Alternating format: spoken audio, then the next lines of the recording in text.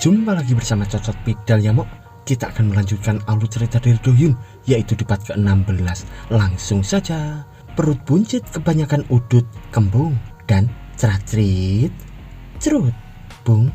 Pada part kali ini kita diperlihatkan rumah pandai besi keempat. Di sana seseorang pun berkata, itu di sini. Ternyata itu adalah Dohyun, dan ia pun berkata lagi, kalau terjadi sesuatu, aku akan pergi dulu.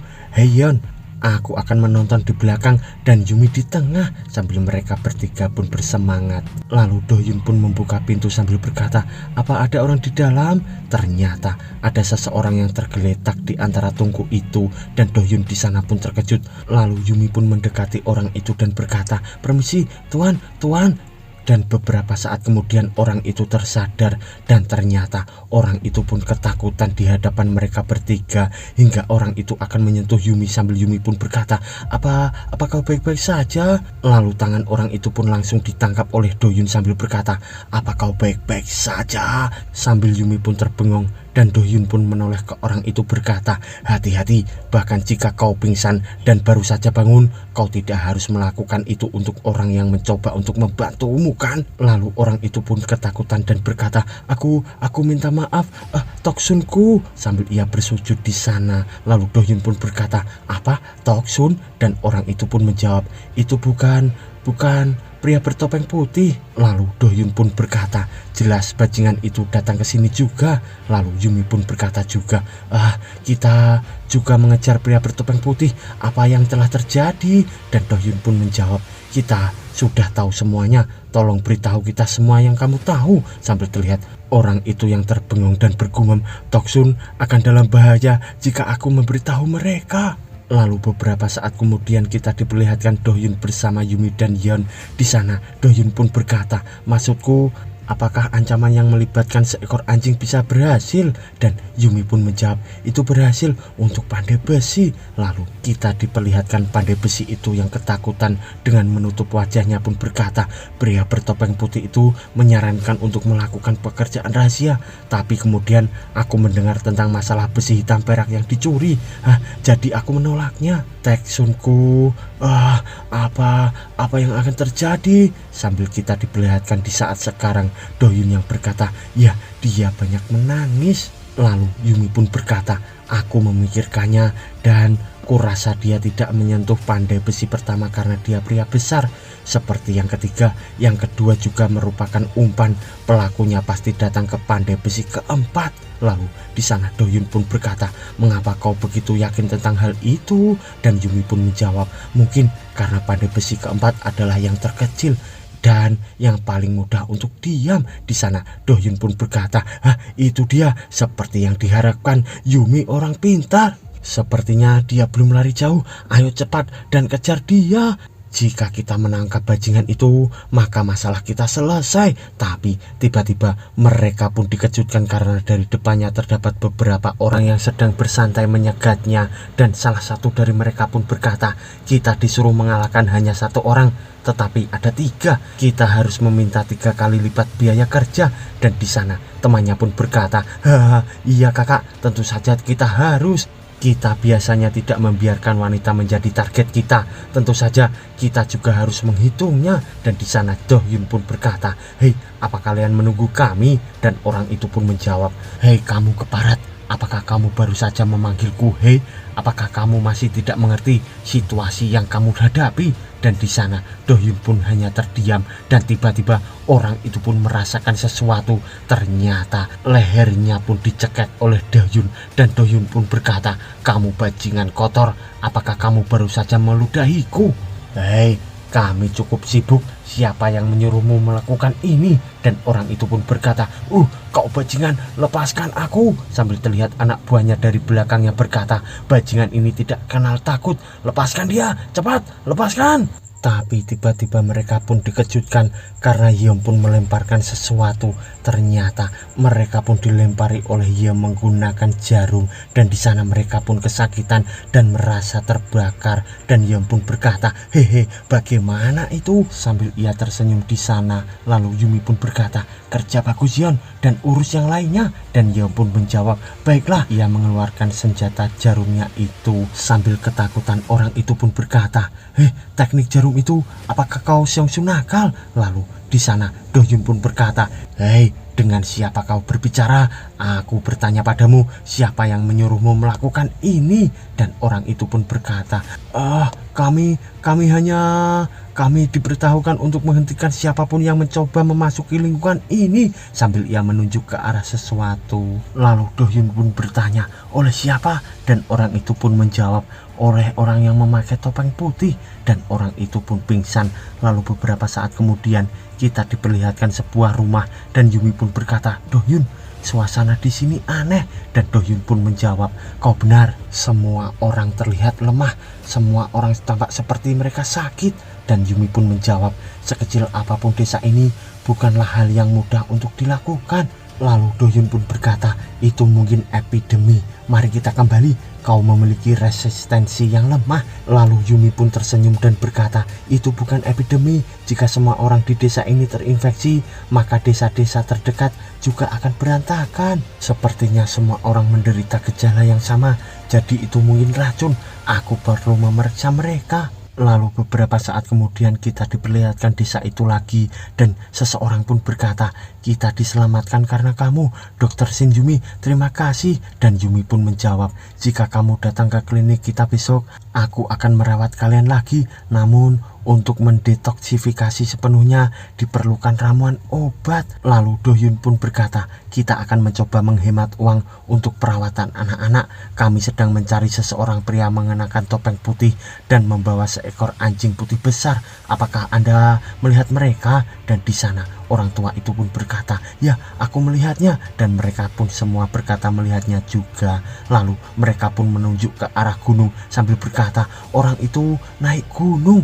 Kalian hanya bisa mengikuti jalan itu." Lalu beberapa saat kemudian kita diperlihatkan jalan menuju gunung itu, dan ternyata terdapat gua di depan mereka. Dan Do-hyun pun berkata, "Berdasarkan keterampilan pelacakanku, ada jejak yang mengarah ke gua itu. Lihat, kita bisa mendengar anjing menggonggong.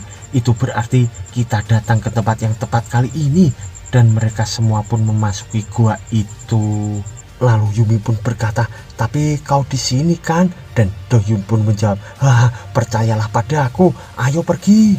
Lalu beberapa saat kemudian kita diperlihatkan api obor di sana, dan Do-hyun bersama mereka pun berjalan menuju ke arah gua. Lalu mereka pun memasuki gua itu semakin dalam, dan Do-hyun pun berkata, "Jalannya semakin kecil, hati-hati." Tapi tiba-tiba terdapat seekor anjing yang menggonggong dengan sangat keras di sana. Yumi pun berkata, "Apa kau Toksun?" Dan anjing itu pun mengangguk mengipaskan ekornya. Lalu Yumi pun berkata, "Oh, kakimu, orang jahat itu melakukan itu padamu. Tapi tidak apa-apa, sekarang aku akan memperlakukanmu dengan baik."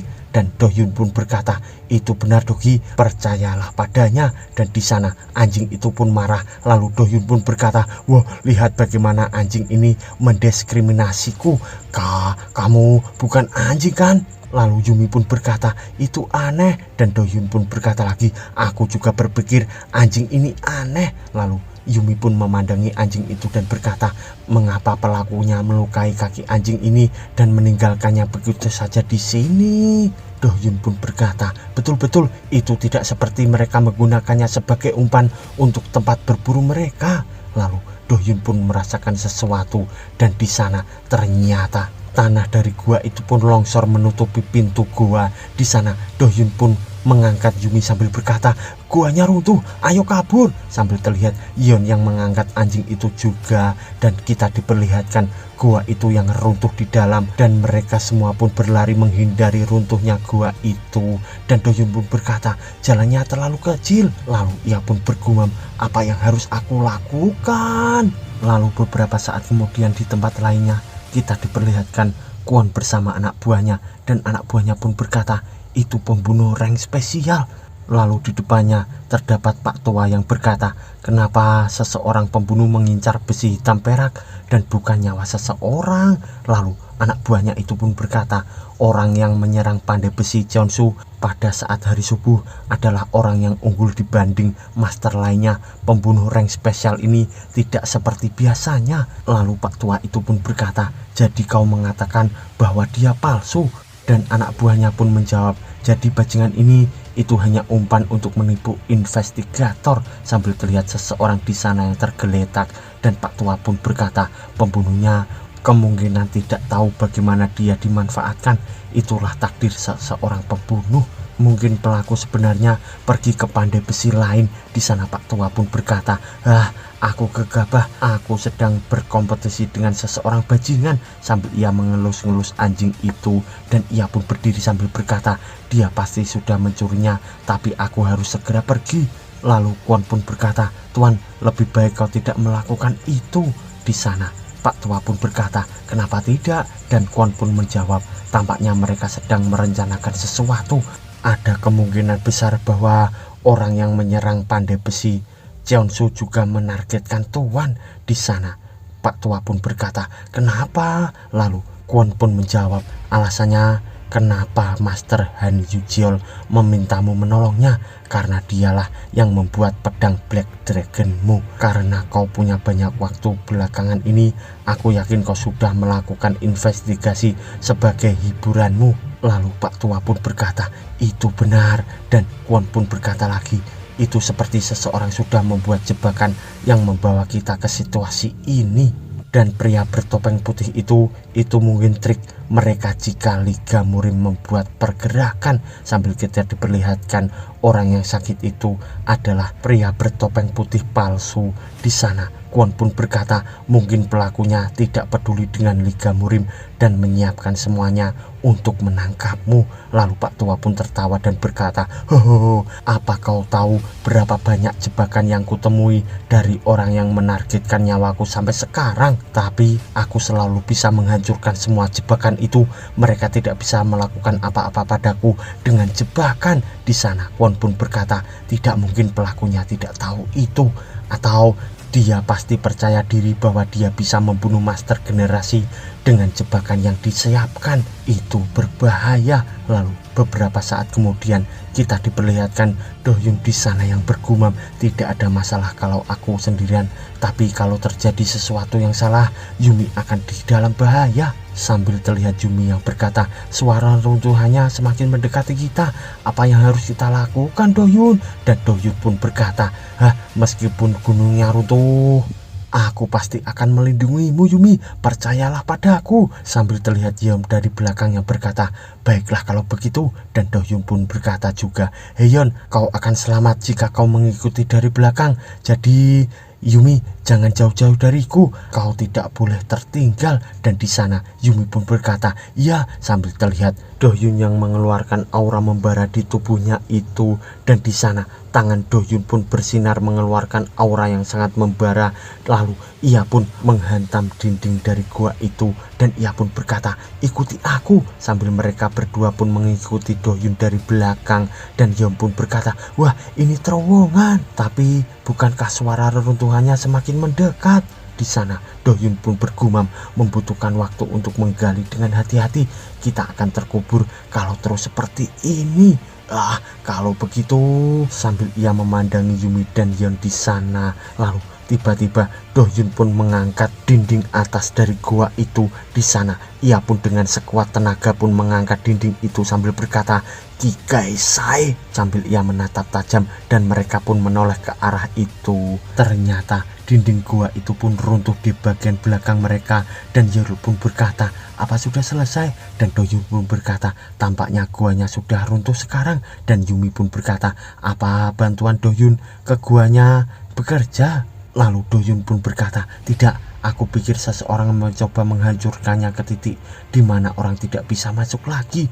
Karena orang tidak bisa masuk lagi, itu tidak runtuh lagi. Di sana Yumi pun berkata, oh, artinya kita jatuh dalam perangkap. Lalu Do-hyun pun berkata, tenang saja, jebakan tidak berpengaruh padaku. Sambil terlihat angin berhembus dari kaki Dohyun. Di sana Dohyun pun berkata, kalau kita melihat arah debunya, tampaknya ada ruangan di sana. Ayo bergerak. Sambil mereka pun berjalan pelan-pelan dengan hati-hati menuju ke arah sesuatu. Di sana terlihat lumut-lumut di dinding gua itu. Lalu dinding gua itu pun bolong. Di sana terdapat Dohyun yang menghancurkan dinding gua itu tadi. Lalu Dohyun pun berkata, seperti yang diperkirakan, ada ruangan besar di dalam. Lalu Yumi pun berkata, wah ini besar sekali. Dan tiba-tiba Yeon pun didorong oleh Dohyun hingga ia terjatuh.